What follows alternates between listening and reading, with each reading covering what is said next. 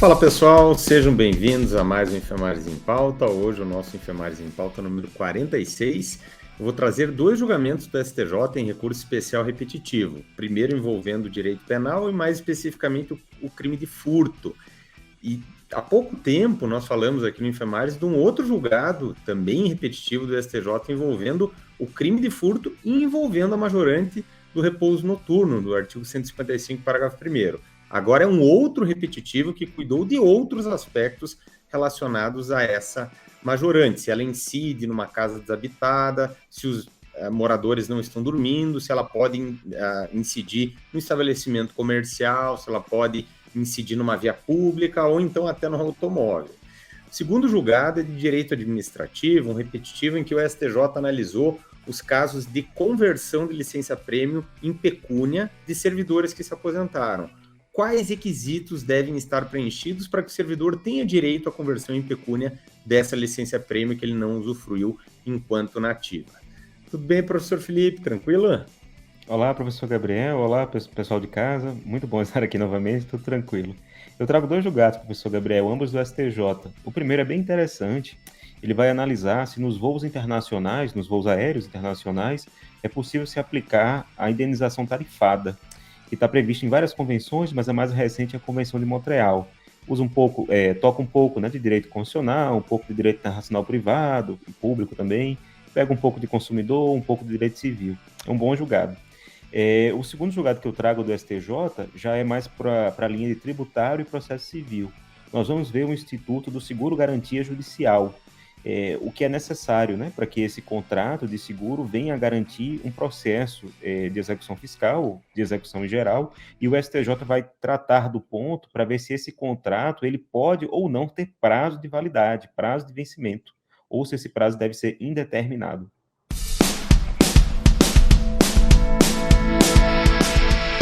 Pessoal, começo então com o julgamento em repetitivo do STJ, cuidando da majorante do repouso noturno do roubo, do furto, artigo 155, parágrafo 1º do Código Penal. Lá nós temos um aumento fixo, é uma majorante que não é variável, ela tem um aumento fixo em 1/3, se o crime de furto ele foi praticado durante o repouso noturno. Se vocês lembrarem, há pouquinho, nós aqui no Enfermagens em Pauta comentamos um outro repetitivo que dizia respeito à incidência dessa majorante nos casos de furto qualificado. E aí vimos que naquela matéria o STJ deu uma guinada jurisprudencial, passando a entender que não pode incidir por um critério topológico de interpretação topográfica, como é sistemática, baseada na topografia, como disse o STJ, é a localização, porque está no parágrafo 1º e as qualificadoras vêm no parágrafo 4º em diante, né? E também a proporcionalidade. Aqui, outras questões o STJ analisou nesse repetitivo. E nesse aspecto, diferentemente daquele outro repetitivo, aqui não há guinada jurisprudencial. O STJ consolida vários entendimentos esparsos num único repetitivo e ele elenca ali algumas teses para consolidar a sua jurisprudência em torno do artigo 155, parágrafo 1º, que agora fica exaurido, né, com tanta controvérsia aí que eles examinaram. Bom, primeira coisa, pessoal, o que é o repouso noturno? Repouso noturno não é sinônimo de noite, mas tem que ser à noite. Então, o STJ deixou claro, não há falar em incidência da majorante se a vítima estava repousando, dormindo, por exemplo, num final de semana, numa cesta depois do churrasquinho do domingão, né? Não basta que as vítimas estejam em repouso, porque obrigatoriamente tem que ser no repouso noturno e não dá para fazer aqui uma analogia em Malam Partem. Então, o repouso noturno só pode acontecer à noite, mas não é sinônimo de noite. Repouso noturno é algo que varia de acordo com os costumes locais. Então, se a gente pensar numa cidade de interior, na zona rural, numa pequena cidadezinha, os costumes são de que quando a noite chega, 18 horas e pouquinho, as pessoas já estão repousando para dormir e levantar cedo para ir para a roça. Então, o repouso noturno ali inicia mais cedo, logo no comecinho da noite. Já num grande centro, o repouso noturno fatalmente começa mais tarde. Não há um critério objetivo. 9 horas, 10 horas, o que importa é a análise casuística, no caso concreto, onde aconteceu, conforme os costumes locais. Normalmente, né, pessoal, ali, se a gente falar depois de 9, 10 horas, as pessoas já estão repousando mesmo nos grandes centros. E aí já podemos falar, né, já há espaço para falarmos da incidência dessa majorante. O que o STJ também definiu? Essa majorante, ela não pressupõe que a casa esteja desabitada ou que a casa esteja com os seus moradores dormindo. Não precisa ter ninguém dormindo. A casa pode estar habitada ou desabitada. O que importa é que se deu no período do repouso noturno. Não precisa que, se habitada, as vítimas estivessem dormindo. Elas podem estar na sala, ali elas já estão repousando, né? Então, bastante lógico o entendimento do STJ. O STJ disse mais: pode acontecer a incidência da majorante se o crime foi cometido num estabelecimento comercial que já fechou as portas e durante o período do repouso noturno. Mesmo que não tenha ninguém ou que tenha um vigilante, o que importa é que o estabelecimento já, né, não funcionava, claro, né, porque senão não há um repouso ali naquele local, e que tenha se dado no período do repouso noturno. Mais do que isso, pode incidir essa majorante um furto ocorrido em via pública. Se alguém furta alguma coisa em via pública durante o repouso noturno, pode incidir porque está nesse período. Então, não é necessário que seja numa casa habitada com as pessoas dormindo, e disso a gente extrai várias consequências. Se for num veículo, um furto de algo que está dentro de um veículo, ou um furto de um veículo durante o período do repouso noturno, um veículo que ficou estacionado na rua, pode incidir, vai incidir a majorante. Porque, vejam, a lógica da incidência dessa causa de aumento de pena é que o furto foi praticado no momento de menor vigilância das vítimas, em que há, portanto, uma maior vulnerabilidade. E por isso o legislador coloca a majorante para tentar inibir o momento que é mais propício à prática do furto, né? Então, se ele se aproveita disso, nós temos um aumento de pena que existe na lei, no tipo penal, para tentar inibir, ou então, se ele cometeu ali, a reprovabilidade é maior, para dar uma resposta mais adequada em termos de repressão e a repressão do delito e de prevenção também delitiva, prevenção geral e especial também em relação àquele indivíduo. Interessante também notarmos, pessoal, que não necessariamente se o crime ocorreu durante o período do repouso noturno, vai incidir a majorante. Por exemplo, um furto praticado dentro de uma boate de madrugada. Não havia o repouso noturno naquele local, embora fosse, no geral, na cidade, o período do repouso noturno. Estabelecimentos comerciais, em geral, que atendem um restaurante, teve um furto dentro do restaurante que ficou aberto até as 2 da manhã. Não há repouso noturno, porque a circunstância do repouso noturno, no caso concreto, não se fazia presente.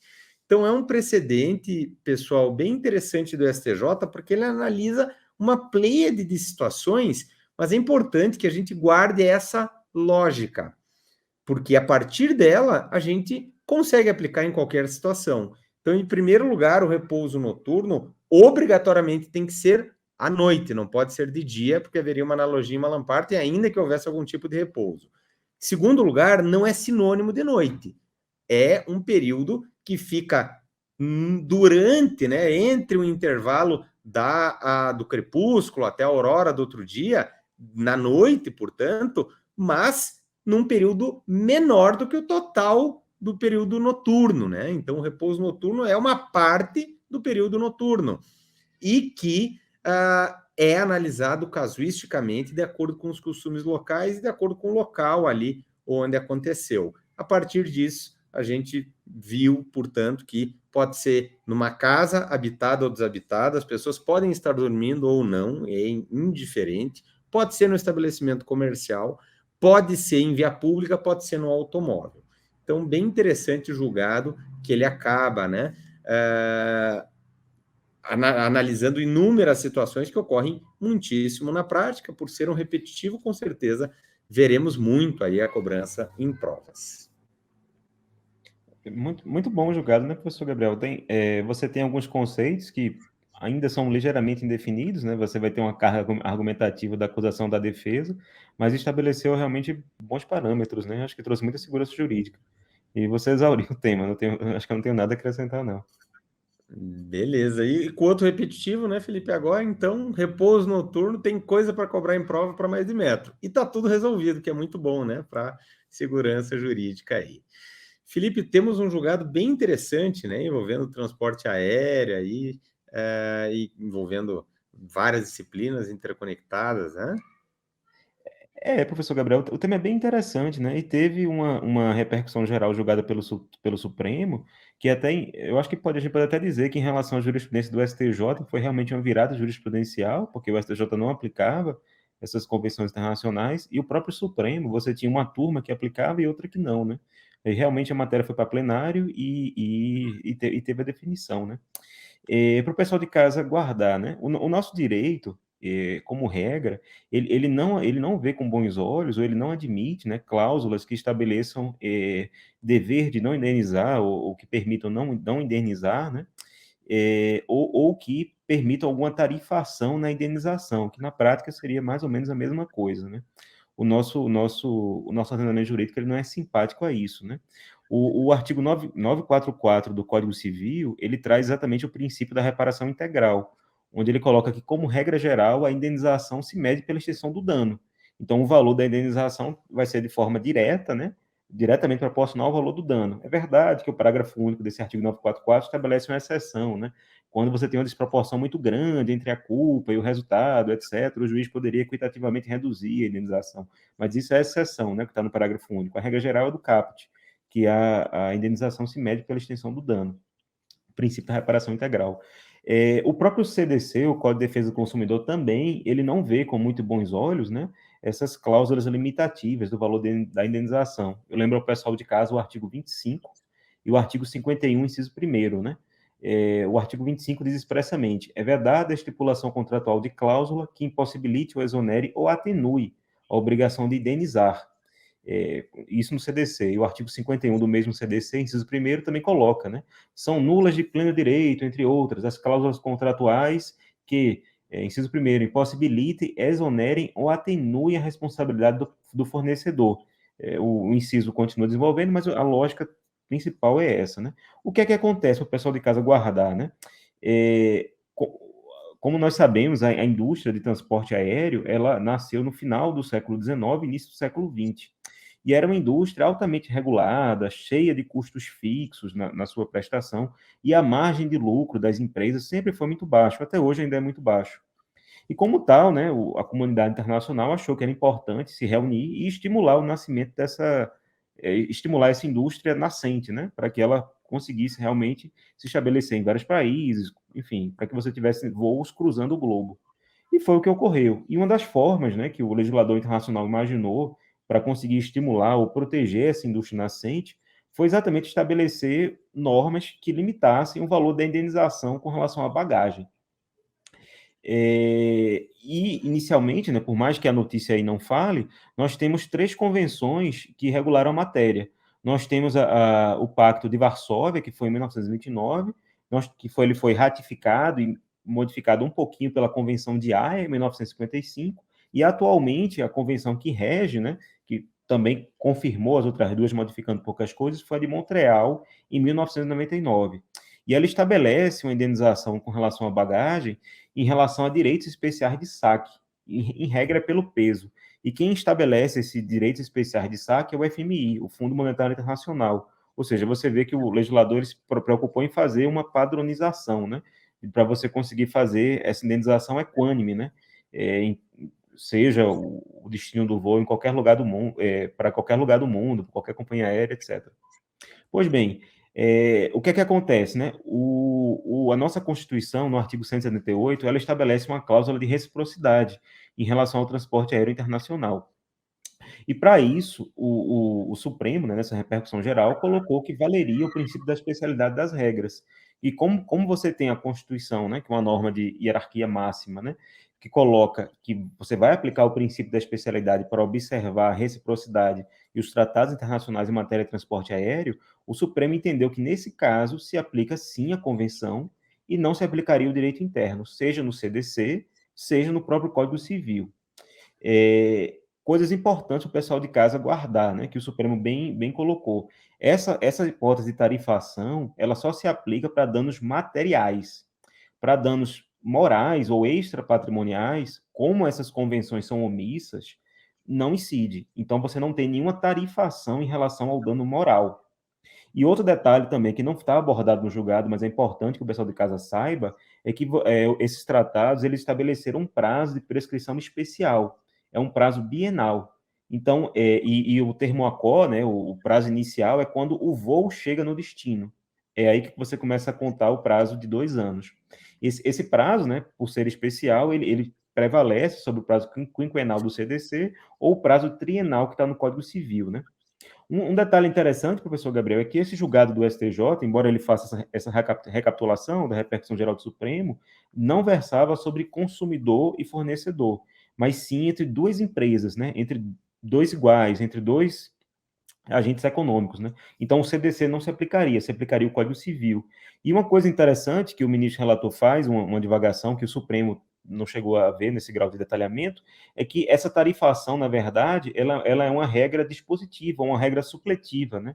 Ela se aplica se o interessado no transporte, né, não requerer ou não exigir um valor maior de indenização, porque é possível, né, que ele assim o faça, desde que ele pague, né, custos adicionais. Ele pode sim receber mais, né, do que o está tarifado, desde que na hora de fazer o contrato ele manifeste, né, que o bem teria valor superior, né, e pague um acréscimo em relação a isso. Em linhas gerais, o que eu tinha para falar era isso, professor Gabriel. O pessoal de casa guardar, né, que realmente caiu e para os danos os danos materiais, né, patrimoniais, se aplica sim essa tarifação, desde que o contratante do transporte, né, não tenha pago, né, valores suplementares ou adicionais. Bem interessante o julgado em embargos de divergência, né, Felipe? Então a gente tem um precedente aqui uniformizador no STJ, como tu colocaste, né, bem da divergência que existia. E interessante, né, como que tu disseste no início, o nosso direito interno não é simpático a esse tipo de tarifação ou exclusão de responsabilidade, né? Lembrei os supermercados, aquele aviso que a gente vê, né? Não nos responsabilizamos por objetos deixados dentro do veículo, né? Não vale de nada, porque eles atraem pelo estacionamento, né? O consumidor tem uma vantagem ali indireta. Mas o problema aqui é que o Brasil assumiu compromissos internacionais, né?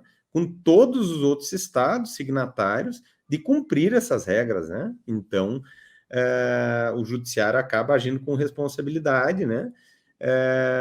Observando as regras vigentes, porque vale no Brasil como regra específica, né? A gente sabe que os tratados internalizados, a partir do momento que há o decreto presidencial que o promulga, ele vale normalmente como lei, né? Lei ordinária. Se for de direitos humanos, status supralegal. Então, é lei também, né? E princípio da especialidade tem que ser observado num raciocínio jurídico, né? Que faz com que as regras gerais do Código Civil, do Código do Consumidor, cedam diante de regras específicas, né? Para esses casos. Então, é um caso multidisciplinar, né? Ele é bem interessante. Também, tu comentaste, direito internacional privado, né? Tem um elemento aqui de estraneidade, muitas vezes é uma empresa estrangeira com um brasileiro, né? E aí o elemento aqui de conexão do caso, né? Para a aplicação da nossa lei brasileira, né? Um contrato celebrado aqui, mas muito interessante o julgado e uniformizador, né? Dá para cobrar em várias matérias, então, aqueles temas coringas. Bem bacana. Isso é verdade, bem observado, professor Gabriel, pelo artigo 9º caput, né, da lei de introdução, né, as normas do direito brasileiro, você teria o local que rege, né, é aquele onde se estabelece o contrato, né? Então, assim, em tese, né, antes do juiz começar a ver qual direito aplicaria, se direito interno ou externo, né, realmente você teria que ver esse elemento de conexão. E só uma curiosidade, professor Gabriel, eu repiso, né, que isso aí só se aplica única e exclusivamente para voos, transporte aéreo, né, internacionais. Porque se você tiver no âmbito nacional, por mais que o CBA, né, o Código Brasileiro de Aeronáutica, tenha copiado, né, essa tarifação, até esse prazo bienal, o STJ é pacífico para dizer que não se aplica essa redução do prazo operacional, tampouco essa tarifação. No âmbito interno, o STJ e o Supremo jamais aceitaram essa questão do Código Brasileiro de Aeronáutica. Eles aplicam mesmo o Código Civil e o Código de Defesa do Consumidor. Perfeito, muito bem lembrado, e que interessa para nós, né? Que a gente, nas viagens internas, né? É diferente o tratamento, ainda bem, né? Nosso direito interno ele é mais protetivo nesse sentido. Pessoal, passo agora para um julgamento do STJ em repetitivo envolvendo direito administrativo. Ele cuidou da Lei 8.112, Estatuto dos Servidores Públicos Civis Federais, né? Mas se aplica aqui, na verdade, a vários estatutos estaduais e municipais que também têm a mesma situação e que também, portanto, terá a mesma consequência jurídica. Diz respeito à licença-prêmio. A licença-prêmio no âmbito estadual e municipal existe ainda na maior parte, dá para se dizer, dos estatutos. No âmbito federal, algumas carreiras ainda têm, né? O Ministério Público Federal, na sua lei complementar, tem a licença-prêmio. Os servidores federais não têm mais desde a Lei 9.528 de 97, que houve, né, que ela acabou revogando a 9.527 de 97, ela acabou revogando ali o artigo 87, na verdade, acabou alterando a sua redação, revogando a licença-prêmio e colocando no lugar a chamada licença para capacitação. Então, antes a licença-prêmio eram umas férias a cada 5 anos de atividade do servidor, ele tinha 3 anos de férias, né, pessoal? Além das férias, né? Então, era uma licença-prêmio que ele fazia o que queria. Veio a Lei 9.527, acabou com a licença-prêmio e introduziu a licença para capacitação, que também é de 3 meses, mas é uma ausência para capacitação, não é para fazer o servidor. O que o STJ aqui, pessoal? O servidor se aposenta e ele tinha direito à licença-prêmio. O que nós vamos fazer? Ele tem direito à indenização? Vejam, usufruir ele não pode mais, ele já não está mais na ativa. Então, o que resta? Ou ele não ganha nada ou ele ser indenizado.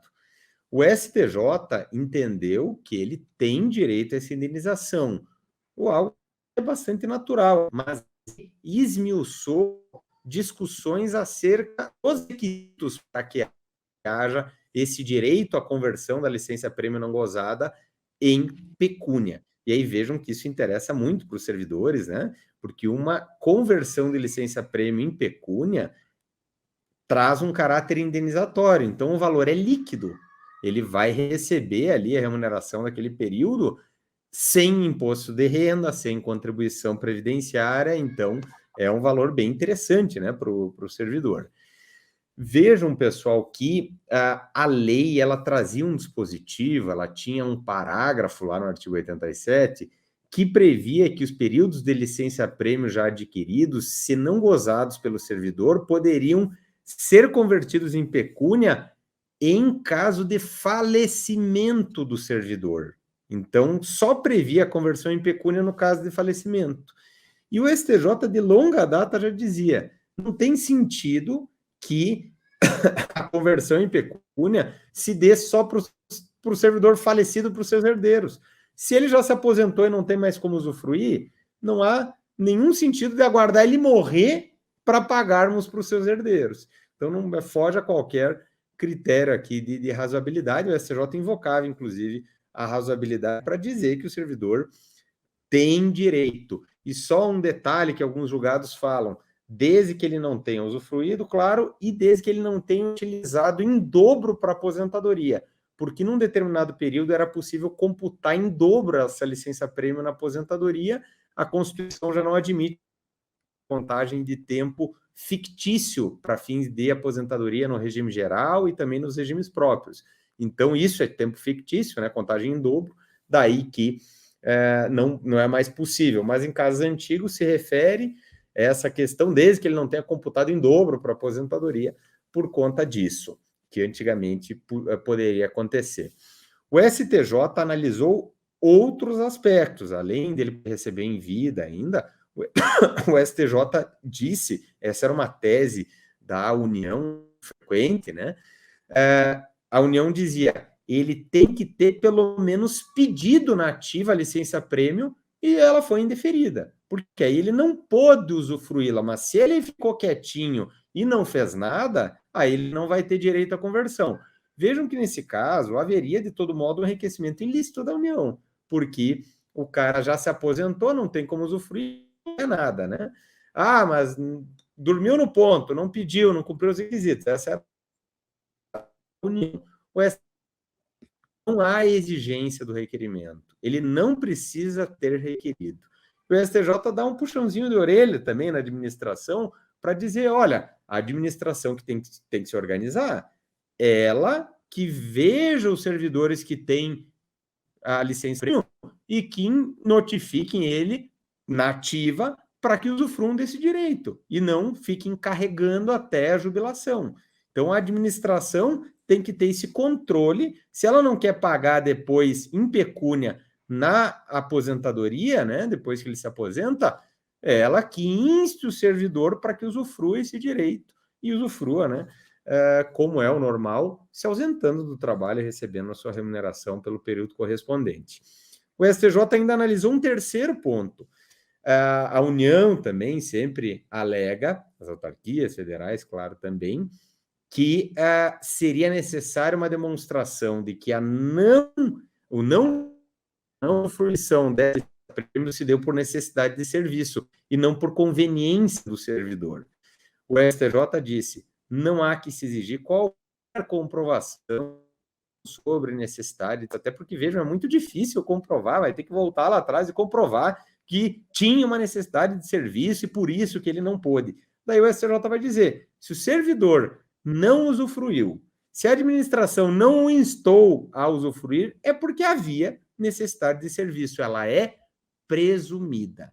Trocando em miúdos, ele vai ter direito a essa conversão, se ele se aposentou com licença-prêmio já adquirida, né? Tem servidores que estão se aposentando hoje que já tinham direito adquirido a licença-prêmio, que está lá guardadinho, né? Para quando se aposentar, converter em pecúnia. Se a administração não instar, né? E ele se aposentar, ele tem direito à conversão em pecúnia, independentemente de demonstrar que ele não usufruiu por necessidade de serviço, que é presumida, e independentemente dele ter requerido à administração o gozo dessa licença-prêmio quando ainda em atividade.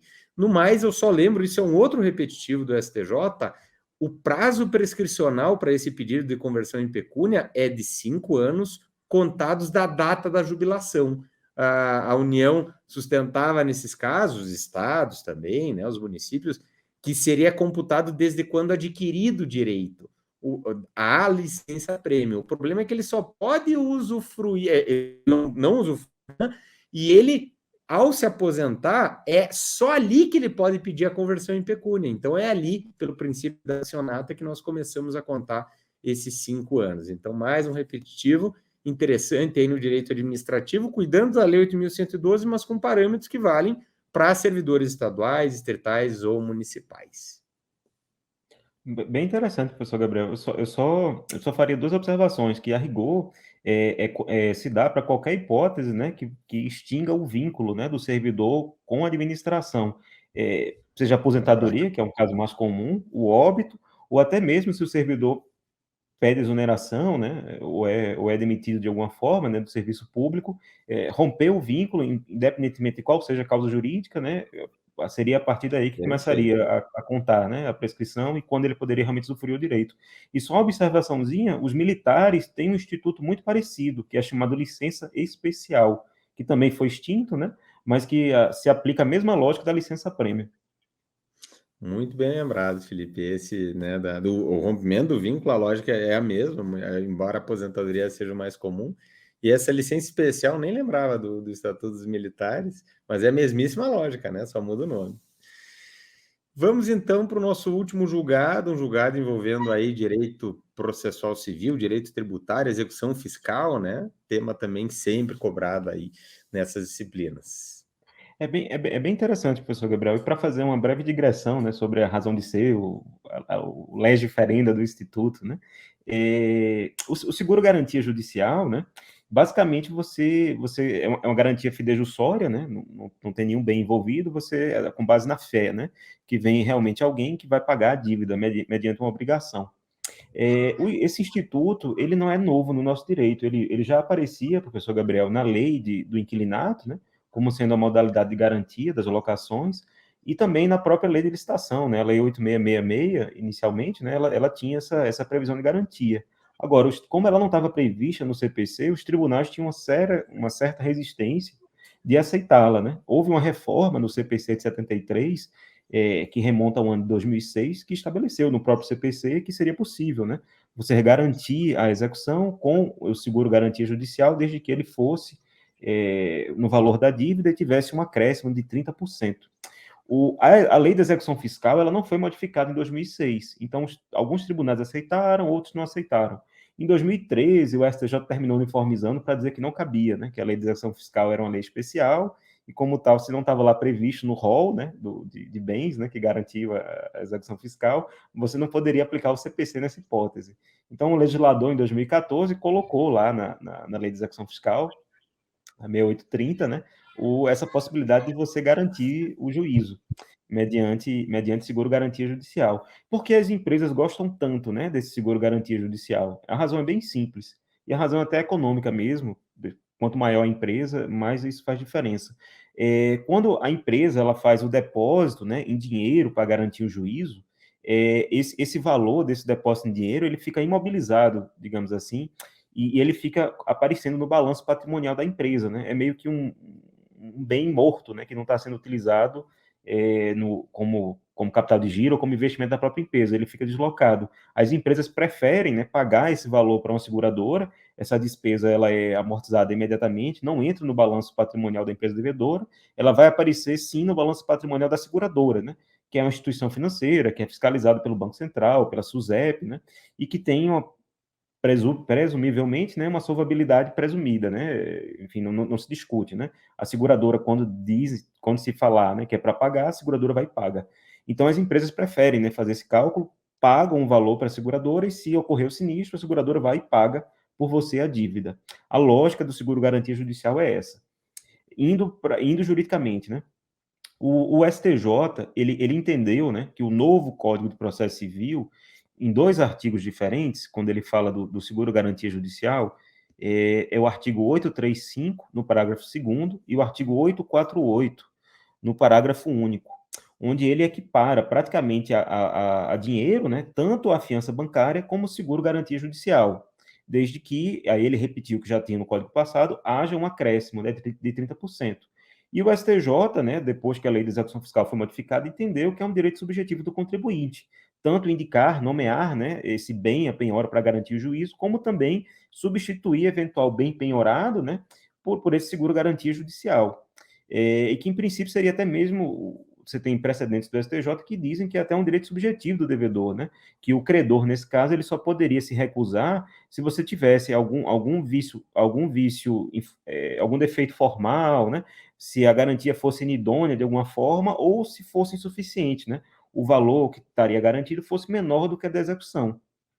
Isso é o que o STJ já colocou e que vem, enfim, tá pacífico, né? O ponto controverso aí nesse julgado, professor Gabriel, era se seria admissível ou não que esse seguro-garantia tivesse um prazo, né? Um prazo de validade, um prazo de vencimento, ou se o prazo dele deve ser indeterminado. O STJ entendeu que, se você tiver um prazo certo, em regra, como regra geral, ele não poderia ser aceito. Ele deve seguir a mesma lógica, né, que uma vez que você entrega algum bem para garantir o juízo, o proprietário daquele bem, né, ou quem tem qualquer direito sobre aquele bem, o perde, né? Por quê? Porque a disponibilidade sobre o bem passa para o juízo e o juízo, né, com esse bem garantindo o juízo, ele vai esperar o que vai acontecer no fim da lide, né? O segundo evento litis, né? que se o devedor perder, né, esse bem vai ser praticamente convertido em renda, né, em favor do credor, ou devolvido, né, ao devedor se a execução for julgada improcedente. Se for parcialmente procedente, né, você dá uma quebra e ora você converte em favor do credor em renda, ora você devolve o excesso para o devedor. Mas, assim, o destino desse bem sai da esfera, né, de disponibilidade de quem o nomeou. E essa é a razão pela qual, né, fazendo essa simetria, esse seguro-garantia judicial ele deve ser por prazo indeterminado e contar também com esse acréscimo de 30%. Agora, uma observação que eu faço, professor Gabriel, é que existe um princípio, né, que a execução se dá no interesse do credor, né?